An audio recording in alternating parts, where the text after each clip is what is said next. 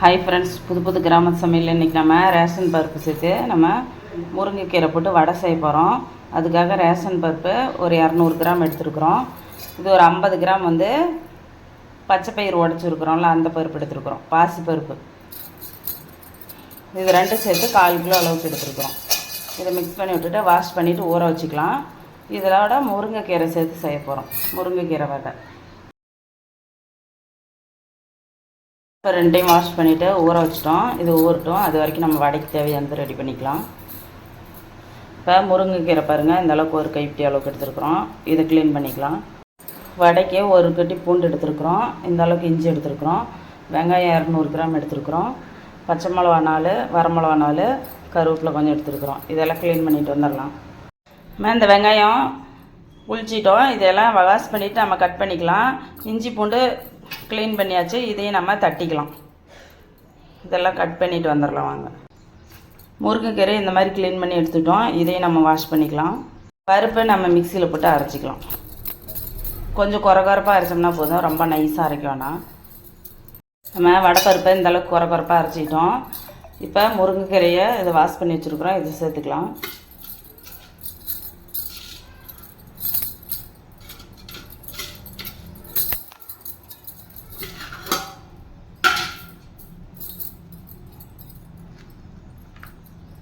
பாருங்க, இஞ்சி பூண்டு தட்டி வச்சுருக்குறோம். வெங்காயம் கட் பண்ணிட்டோம். பச்சை மிளகா, வரமிளகா கட் பண்ணிட்டோம். உப்பு எடுத்து வச்சுருக்குறோம் தேவையான அளவுக்கு. கருவேப்பிலை இதெல்லாம் சேர்த்துக்கலாம்.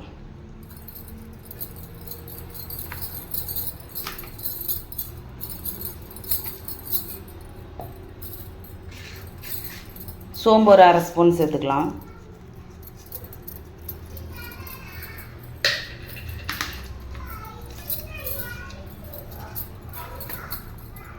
இதுமாதிரி எல்லாமே சேர்த்துட்டு நம்ம மிக்ஸ் பண்ணிக்கலாம். உப்பு போட்டுக்கலாம்.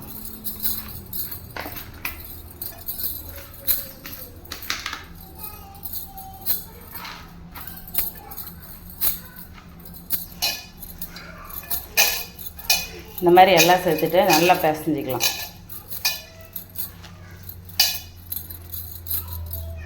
இட்லி சோடா கொஞ்சமாக சேர்த்துக்கலாம். கொஞ்சமாக தண்ணியில் கரைச்சி சேர்த்துக்கலாம். இது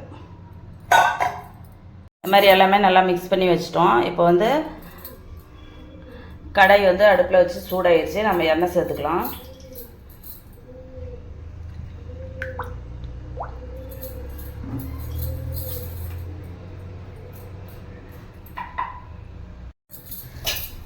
எண்ணெய் சூடாகிடுச்சு. நம்ம இப்போ வடை தட்டி போட்டுக்கலாம்.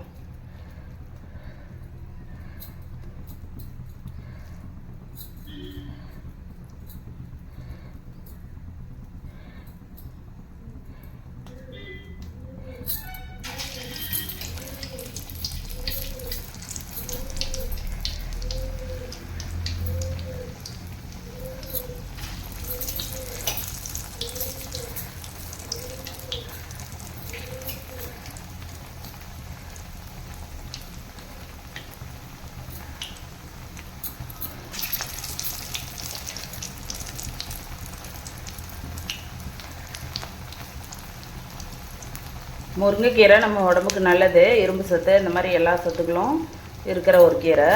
அதனால் நம்ம இந்த மாதிரி வடை செய்யும்போது எல்லாத்துலேயும் கொஞ்சம் கொஞ்சம் பயன்படுத்தினோம்னா ஆரோக்கியமாக இருக்கலாம். ரேஷன் பருப்பு மட்டுமே போடாமல் நீங்கள் கொஞ்சம் கடலைப்பருப்பு, வேறு ஏதாவது தட்டைப்பயிர் பருப்பு, கொள்ளு பருப்பு அந்த மாதிரி எல்லாம் மிக்ஸ் பண்ணிட்டிங்கன்னா எல்லாமே சேர்த்து செஞ்சோம்னா நல்லாயிருக்கும்.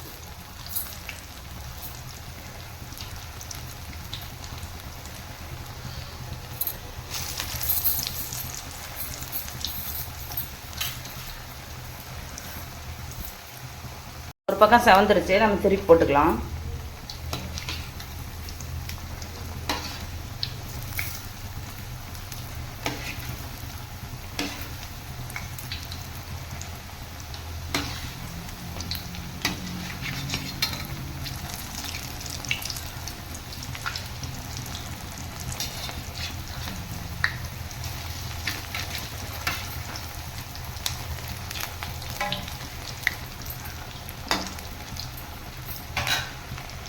கொஞ்சம் தீ சிம்மில் வச்சுக்கலாம்.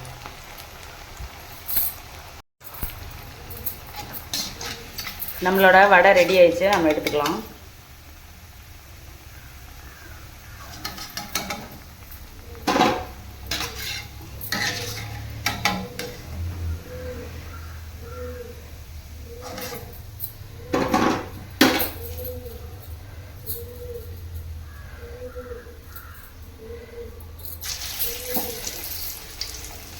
இதே மாதிரி எல்லாமே செஞ்சுக்கலாம்.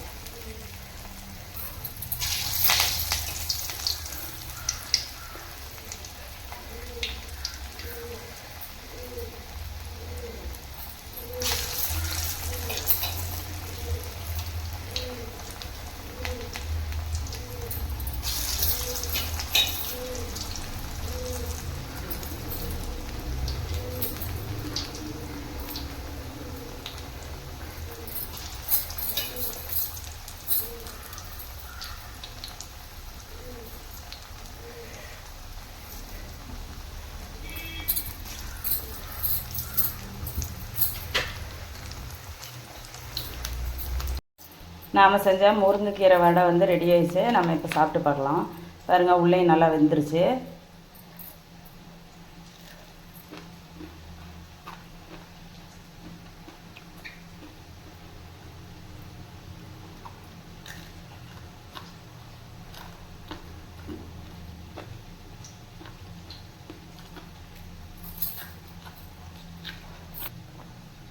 உண்மையாகவே ரொம்ப டேஸ்ட்டாக இருக்குங்க. நம்ம உண்மையாகவே இது துவரம்பருப்பில் செஞ்ச மாதிரியே இல்லை, நம்ம வடைப்பருப்பில் செய்கிற மாதிரியே இருக்குது. டேஸ்ட்டும் அதே மாதிரி இருக்குது. முருங்கைக்கீரை சேர்த்தது இன்னும் கொஞ்சம் டேஸ்ட்டாக இருக்குது, நல்லாவே இருக்குது. நீங்களும் இதே மாதிரி எந்த பருப்புலனாலும் சரி, நீங்கள் வந்து முருங்கைக்கீரைக்கு ஒரு கைப்பிடி செஞ்சு, எந்த பருப்பில் செஞ்சிங்கனாலும் முருங்கைக்கீரை ஒரு கைப்பிடி போட்டு செஞ்சு பாருங்கள். சத்தானதும் நம்மளுக்கும் சாப்பிட்றதுக்கும் நல்லாயிருக்கு.